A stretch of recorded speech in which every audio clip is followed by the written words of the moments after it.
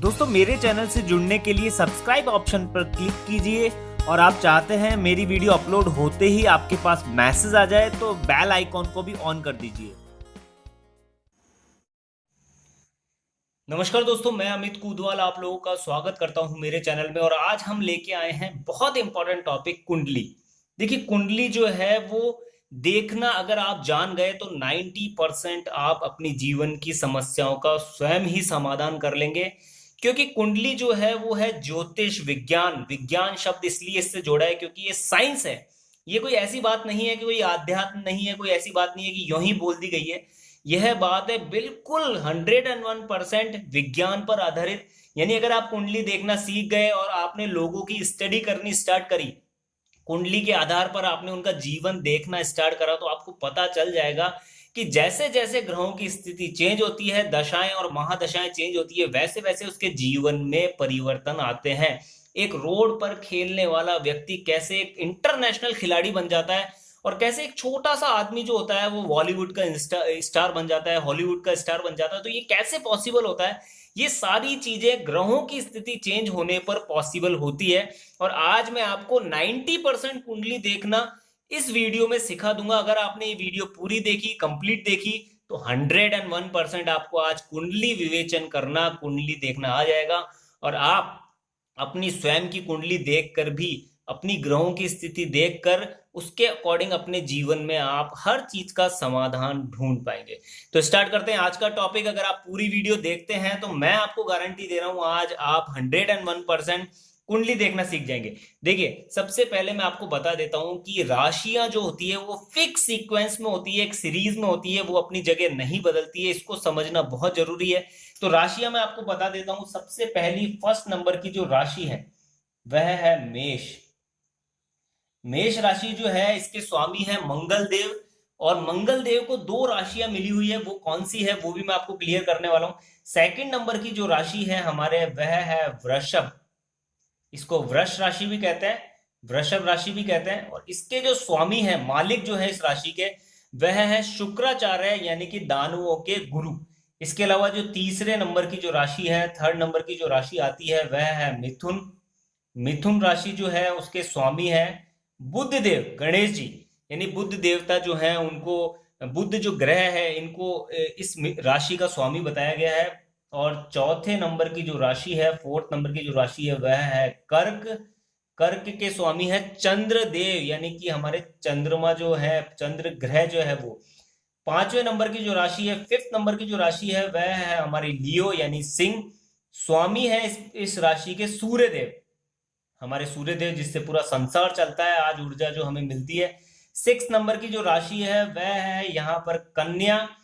और सेकंड, दो बार इस एक ही राशि को, इस राशि को और एक और राशि है मिथुन, इन दोनों का स्वामी जो है वो बुध देव ही है।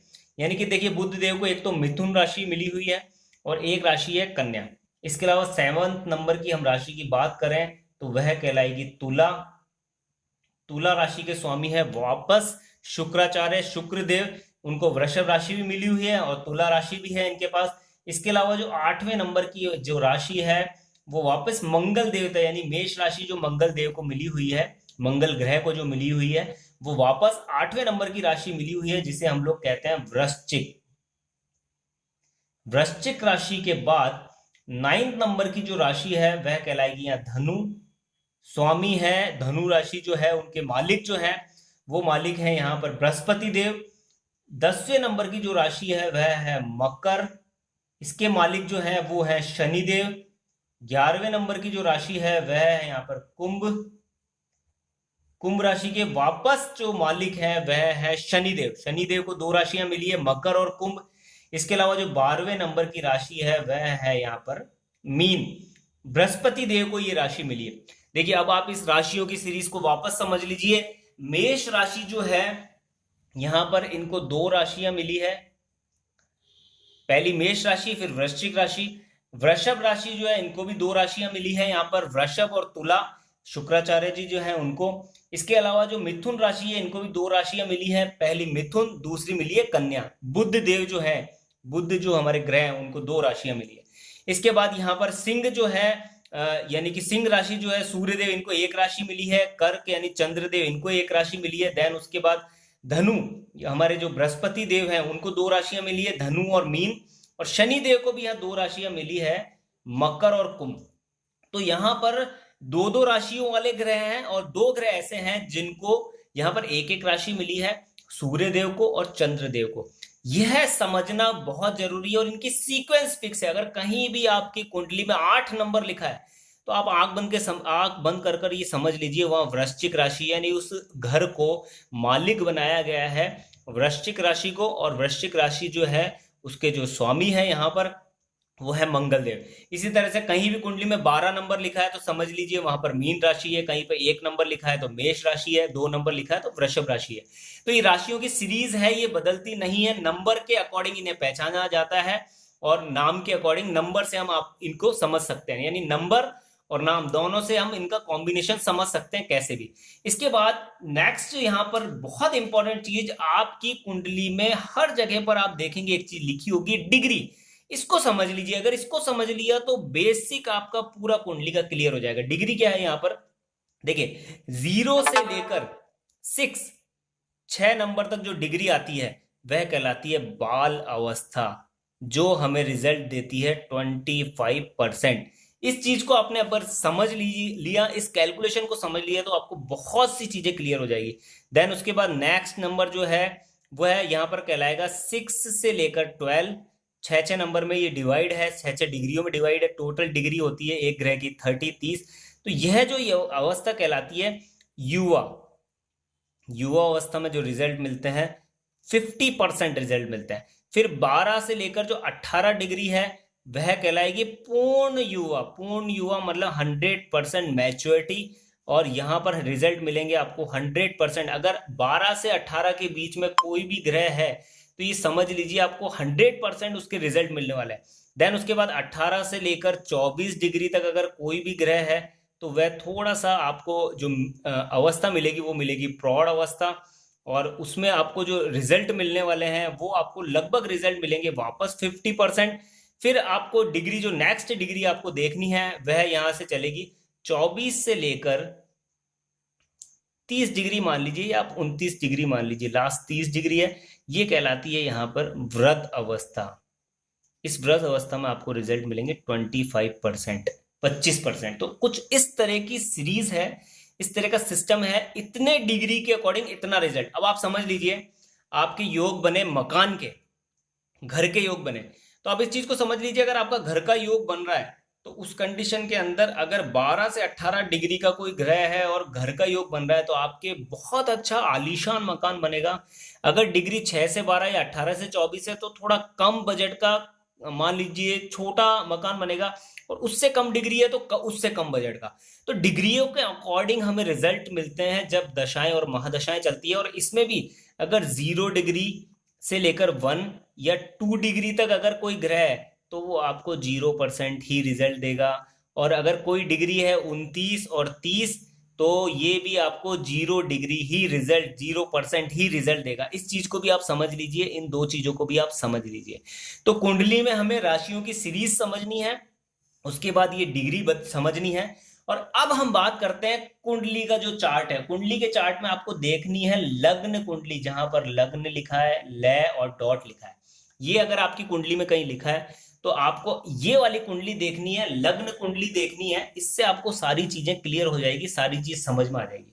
तो कैसे देखें हम लग्न कुंडली को, वो मैं आपको क्लियर कर देता हूं, और साथ साथ में हर चीज, बारीक चीज यहां समझा देता हूं। देखिए ये घर है, ये फर्स्ट हाउस है, मैं यहां लिख देता हूं फर्स्ट, ये सेकंड, ये दूसरा घर, ये थर्ड, तीसरा घर, ये फोर्थ, चौथा घर, ये फिफ्थ, पांचवा घर, ये सिक्स, छठा, ये 7th हाउस, ये 8वां घर, 8th हाउस, ये 9th हाउस, ये 10th हाउस, ये 11th हाउस, ये 12th हाउस यानी 12वां घर। अब आप इस चीज को बिल्कुल 100% समझ लीजिए कि ये जो घर हैं कुंडली में वो अपनी जगह चेंज नहीं करते हैं। मैं नॉर्थ इंडियन कुंडली की बात कर रहा हूं यहां पर। तो यह जो घर है ये 1 नंबर, 2 नंबर, 3 नंबर आपको ये यहीं पर मिलेंगे, कभी भी अपनी स्थिति से बदले हुए नजर नहीं आएंगे, फिक्स है ये। कुंडली में जो नंबर्स लिखे होते हैं वो बात अलग है, उसको मैं अभी और समझा देता हूं डिटेल में, लेकिन घर अपनी जगह नहीं बदलते हैं। पहला जो घर है, मैं घर की बात कर रहा हूं, इसे घर भी कहते हैं, भाव भी कहते हैं, घर या भाव भाव या हाउस भी कहते हैं, यानी first house, second house, third house, fourth house, इसके अकॉर्डिंग बात करते हैं, या पहला भाव, दूसरा भाव, पहला घर, दूसरा घर, इस तरह से भी इस टॉपिक के ऊपर कुंडली में जो बात करते हैं लोग इस तरह से बात करते हैं। तो ये जो हाउस है ये अपनी जगह नहीं बदलते हैं, और जो साउथ इंडियन कुंडली है उसके अंदर घर जो है वो बदलते हैं, लेकिन राशियां एक जगह फिक्स रहती है। और यहाँ जो नॉर्थ इंडियन कुंडली है उसके अंदर राशियां परिवर्तित होती है। अब देखिए घर फिक्स है, आप इस चीज को समझ लीजिए, पहला घर, दूसरा घर, तीसरा घर, चौथा घर। अब कभी कभी आपकी कुंडली में यहां पर लिखा रहता है 2 नंबर, 2 नंबर, इसका क्या मतलब होता है? घर अपनी जगह फिक्स है, वो जगह चेंज नहीं कर रहा। यह 2 नंबर का मतलब हुआ है कि दूसरे नंबर की राशि यानी वृषभ, यह वृषभ जो राशि है वो इस घर की मालिक है, इस घर का जो स्वामी बनाया गया है वो वृषभ राशि को बनाया गया है। लेकिन घर का भाव, घर के रिजल्ट चेंज नहीं होंगे, वो वहीं के वहीं रहेंगे। तो आप इस चीज को समझिए सबसे पहले कि ये घर जो है वो क्या है और इनके भाव क्या है। देखिए पहला घर जो है आपका रंग, रूप, आकार, और इसके साथ साथ में आपका चरित्र, आपका स्वभाव, यह जो सारी चीजें हैं वो पहला घर बताता है।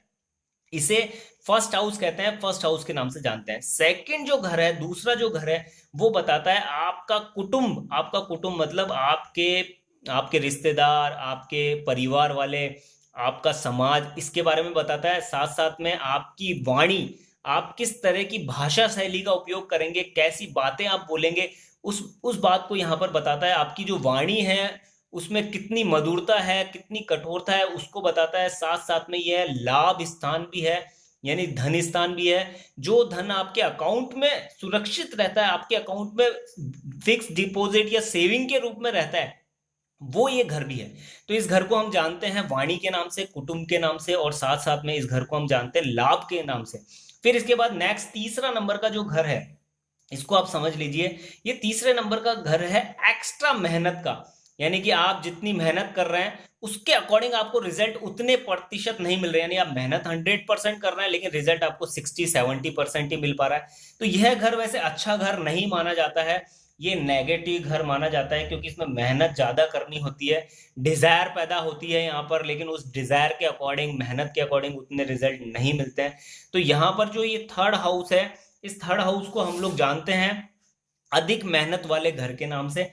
इसके बाद जो फोर्थ हाउस है, ये माँ का स्थान है। माता से आपकी कितनी बनेगी, माता से आपकी बनेगी या नहीं बनेगी, इसके साथ साथ में माता से आपका प्रेम कैसा होगा। और बहुत इंपॉर्टेंट ये घर है क्योंकि ये केंद्र का घर भी है। देखिए केंद्र के घर कौन कौन से हैं? फर्स्ट हाउस केंद्र है, फोर्थ हाउस केंद्र है, सेवंथ हाउस केंद्र है, और 10th हाउस केंद्र है। ये केंद्र के घर कहलाते हैं। इसके बाद जो फोर्थ हाउस की मैं बात कर रहा हूं, ये बहुत इंपॉर्टेंट है क्योंकि ये सुख का घर भी है, सुख सुविधाओं का घर है। क्यों? क्योंकि वाहन, मकान, जायदाद, प्रॉपर्टी, प्लॉट, इससे रिलेटेड जितनी भी बातें देखी जाती है, प्रॉपर्टी से रिलेटेड, मकान से रिलेटेड, और जीवन की सारी सुख सुविधाओं से रिलेटेड जो बातें देखी जाती है, वह चौथे नंबर के घर से ही देखी जाती है। और ये माता का स्थान भी है, माँ का स्थान भी है। माता से आपकी बनेगी नहीं बनेगी, उनसे आपका प्रेम कैसा रहेगा, अच्छी बनेगी नहीं बनेगी, उनकी तरफ से आपको सपोर्ट मिलेगा या नहीं मिलेगा, ये जो सारी बातें देखी जाती है वो इसी घर से देखी जाती है। इसके साथ साथ में एक बार पहले वापस मैं आपको क्लियर कर दूं, जो ये पिछला जो तीसरे नंबर का जो घर है, ये छोटे भाई बहन का घर भी है। जैसे यहाँ माता को देखा जाता है, इसी तरीके से यहाँ छोटे भाई बहन को देखा जाता है, यहाँ कुटुंब को देखा जाता है, यहाँ स्वयं को देखा जाता है। और साथ साथ में हमारा जो पराक्रम है, हमारा जो कर्म है, साहस कितना है हमारे अंदर किसी काम को करने के लिए, वो भी थर्ड हाउस से देखते हैं। ये सुख का स्थान हो गया, बहुत इंपॉर्टेंट है क्योंकि गाड़ी, घोड़े, मकान, जायदाद, इसको यहाँ से देखा जाता है। इसके बाद आता है फिफ्थ हाउस। फिफ्थ हाउस जो है वो देखा जाता है आपकी शिक्षा के लिए और आपके संतान के लिए। संतान कैसी होगी, उससे आपकी बनेगी या नहीं बनेगी, वो आपकी बात मानेगी नहीं मानेगी, कौन सी दिशा में जाएगी, तरक्की करेगी नहीं करेगी, इसके साथ साथ में आप कितनी शिक्षा प्राप्त करेंगे, आपका ज्ञान कितना है, कितना ज्ञान आप प्राप्त करेंगे, वो सारी बातें जो देखी जाती है वो देखी जाती है हमारी फिफ्थ हाउस से। और लव, प्यार, मोहब्बत, जो लव अफेयर्स होते हैं, लव अफेयर्स से रिलेटेड सारी जो बातें देखी जाती है वह देखी जाती है हमारी इस फिफ्थ हाउस से। तो ये भी बहुत वैसे इंपॉर्टेंट हाउस है और इसको त्रिकोण स्थान भी कहते हैं। त्रिकोण यहाँ कौन कौन से हैं? पहला, इसके बाद फिफ्थ हाउस और नाइन्थ हाउस, ये बहुत इंपॉर्टेंट तीन घर और हैं, त्रिकोण इन्हें कहा जाता है। और त्रिकोण जो है उसका जीवन में बहुत बड़ा महत्व है, क्योंकि लव अफेयर से रिलेटेड है ये त्रिकोण, शिक्षा से रिलेटेड है, संतान से रिलेटेड है, जिसका जीवन में बहुत बड़ा उपयोग है। देखिए, इसके फायदे भी हैं बहुत से, एजुकेशन से रिलेटेड सारी बातें भी यहीं से देखी जाती है। तो ये आप ध्यान रखिएगा, फिफ्थ हाउस बहुत इंपॉर्टेंट है। देन उसके बाद सिक्स्थ हाउस, यह अच्छा स्थान नहीं माना जाता। क्यों? इसके पीछे कारण है, क्योंकि इसे माना जाता है पहली चीज कर्ज का स्थान। कर्जा होगा या नहीं होगा, कितना होगा, को हम बैंक से लोन लेंगे, वो उसकी सारी बातें यहाँ से देखी जाती है। इसके साथ साथ में लेन देन जो हम करते हैं उससे देखी जाती है। रोग, ऋण, शत्रु, दुर्घटना, यह सारी चीजें इससे देखी जाती है। और नौकरी का स्थान भी है, ये जॉब का भी है, कॉम्पिटिशन एग्जाम जो हम फाइट करते हैं उसका स्थान भी है। तो ये नौकरी जो देखी जाती है वो भी इस घर से देखी जाती है, सिक्स्थ हाउस से। तो यह भी बहुत इंपॉर्टेंट है नौकरी के पॉइंट ऑफ व्यू से, जॉब के पॉइंट ऑफ व्यू से। लेकिन क्योंकि ये जुड़ा है साथ साथ में रोग, ऋण, शत्रु, दुर्घटना से, तो इसे अच्छा स्थान नहीं माना जाता। देन उसके बाद सेवंथ हाउस, जो आपके लग्नेश यानी लग्न कुंडली के बिल्कुल सामने वाला स्थान है, इसे माना जाता है वाइफ का स्थान, पत्नी का स्थान, या फिर अगर लड़की की कुंडली देखी जा रही है तो पति का स्थान, यानी कि स्पाउस का जो स्थान है वो सेवंथ हाउस है। इसके साथ साथ में जो पार्टनरशिप आपकी होती है किसी भी बिजनेस में, व्यापार में आप पार्टनरशिप करते हैं, तो पार्टनर से रिलेटेड जो बातें देखी जाती है वो भी सेवंथ हाउस से देखी जाती है। देन उसके बाद आता है यहाँ पर एट्थ हाउस, आठवां नंबर का घर है। घर यह भी बहुत अच्छा ग्रह नहीं, घर नहीं माना जाता, इसके भी कुछ नेगेटिव इसके अंदर रिजल्ट्स मिलते हैं। लेकिन यह गहरी खोज का घर भी है, यानी अगर आप किसी चीज में डीप स्टडी करते हैं, गहरी बात की स्टडी करते हैं, तो आठवें नंबर का जो घर है वो देखा जाता है। साइंटिस्ट जो खोज करते हैं वह भी आठवें नंबर का घर देखकर ही पता किया जाता है किस तरह की खोज करेंगे, डीप जाएंगे नहीं जाएंगे, बढ़िया साइंटिस्ट बनेंगे नहीं बनेंगे। बहुत से साइंटिस्ट हैं उनके आठवें घर में, बहुत अच्छी स्थिति ग्रहों की बनी, उससे उन्होंने बहुत बड़ी बड़ी खोजें करी है। इसके बाद अगर हम बात करें आगे की, तो यहाँ पर ये मृत्यु स्थान भी कहलाता है, मृत्यु भी यहीं से देखी जाती है और कष्ट भी यहीं से देखे जाते हैं। जो बाधाएं और परेशानी आती है वो सारी जो चीजें देखी जाती है वो इसी घर से देखी जाती है, यानी कि एट्थ हाउस से देखी जाती है। इसके बाद हम बात करते हैं नाइन्थ हाउस, नौवां नंबर का जो घर है वो बहुत इंपॉर्टेंट है, क्योंकि ये भी त्रिकोण का घर है। त्रिकोण का घर होने के साथ साथ में ये भाग्य स्थान है, हमारा जो भाग्य उदय होता है वो हम जो देखते हैं वो नाइन्थ हाउस से देखते हैं। और साथ साथ में पिता का स्थान भी है, पिता की स्टडी भी, पिता से बनेगी नहीं बनेगी, उनका बिजनेस हम करेंगे नहीं करेंगे, वो सारी बातें यहाँ से देखी जाती है। और विदेश की जो यात्राएं हैं वो भी नाइन्थ हाउस से देखी जाती है। कि अब सेटलमेंट अलग बात हो गई, विदेश में बसना, वहां नौकरी करना अलग बात हो गई, 1 साल 2 साल के लिए आप नौकरी कर रहे हैं वो अलग बात हो गई। विदेश यात्रा यानी विदेश घूमना, विदेश किसी टूर के लिए जाना, वो बात जो है वो नाइन्थ हाउस से देखी जाती है। टेंथ हाउस भी त्रिकोण का क्योंकि घर आ गया तो बहुत इंपॉर्टेंट है, क्योंकि हम किस तरह का काम करेंगे, किस तरह का व्यापार करेंगे, व्यवसाय करेंगे, जॉब करेंगे, क्या प्रोफेशन होगा हमारा, हम कंसल्टेंसी का काम करेंगे, क्या करेंगे हम, वो सारी बातें टेंथ हाउस से देखी जाती है। और शोहरत जो मिलती है हमें, व्यवसाय में जो नाम मिलता है, मान सम्मान मिलता है, वो सारी बातें यहीं से देखी जाती है। ये प्रोफेशन का घर है, बहुत इंपॉर्टेंट ये घर है। देन उसके बाद 11वें नंबर का जो घर है वह यहाँ पर कहलाता है लक्ष्मी स्थान। इस घर से जो इनकम होती है वो लक्ष्मी स्थान से हमें पता पड़ती है कि कितनी होगी, यानी कि हम जो भी प्रोफेशन करेंगे उससे इनकम कैसी होगी वो देखी जाएगी 11वें घर से। और वो सेविंग के रूप में जो बचेगी वो सेकंड हाउस से देखी जाएगी, कि हम इनकम करेंगे वो सारा पैसा कहीं खर्च तो नहीं हो जाएगा, बचेगा तो कितना बचेगा वो सेकंड हाउस से पता पड़ेगा, क्योंकि ये धन स्थान है। देन उसके बाद 12वां जो घर है ये भी अच्छा स्थान नहीं माना जाता, क्योंकि यह जेल की यात्रा का स्थान है। जेल की अगर किसी को यात्रा करनी पड़ गई, जेल केसेस जो हो गए उसके ऊपर कारावास, इसके साथ साथ में व्यापार में घाटा, ये सारी बातें इस घर से देखी जाती है। और साथ साथ में यह भी देखा जाता है कि पति पत्नी कितना साथ रहेंगे, कितने समय तक साथ रहेंगे, उनमें बनेगी नहीं बनेगी, वो भी इस घर से देखी जाती है। साथ साथ में खर्चों का घर भी है, व्यय स्थान भी इसे कहते हैं, तो हमारे इनकम के अकॉर्डिंग कितने खर्चे होंगे वो सारी बातें भी यहाँ से देखी जाती है। और यह विदेश का सेटलमेंट का घर भी है, तो इसमें एक पॉजिटिव बात है विदेश सेटलमेंट, यानी बहुत से लोग अगर विदेश में बसना चाहते हैं तो उसके लिए 12th हाउस देखा जाता है। कैसे देखते हैं वो मैं आपको क्लियर कर दूंगा। तो देखिए, इसका पॉजिटिव पॉइंट है विदेश में बसना, यह नेगेटिव घर है लेकिन इसका पॉजिटिव पॉइंट है गहरी खोज करना। यह भी नेगेटिव घर है लेकिन इसका एक पॉजिटिव पॉइंट है बहुत बढ़िया, कंपटीशन जॉब। आप अगर जॉब फील्ड में जाते हैं, कंपटीशन फाइट करते हैं, तो उसको क्लियर करेंगे नहीं करेंगे।